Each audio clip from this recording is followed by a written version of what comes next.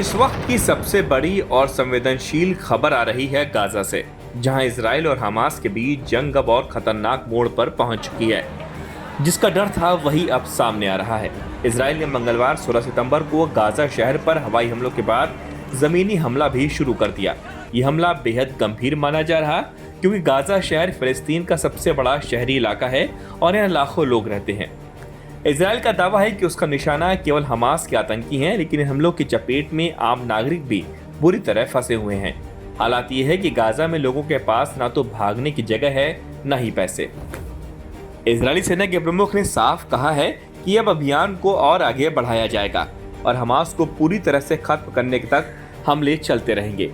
उनका कहना है कि इस पूरे हमले के लिए राजनीतिक मंजूरी भी मिल चुकी है और इजरायली सेना गाजा के अंदर तक पहुंच चुकी है।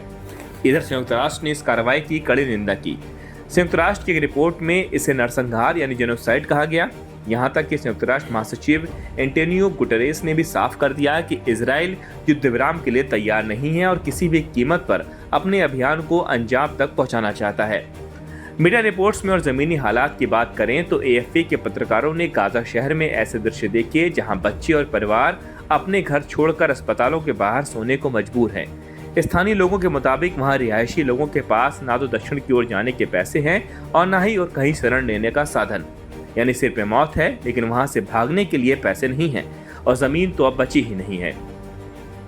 गाजा पहले से ही 2 साल के हमलों की वजह से खंडहर बन चुका है और अब फिर से भारी बमबारी ने हालात और बदतर कर दिए।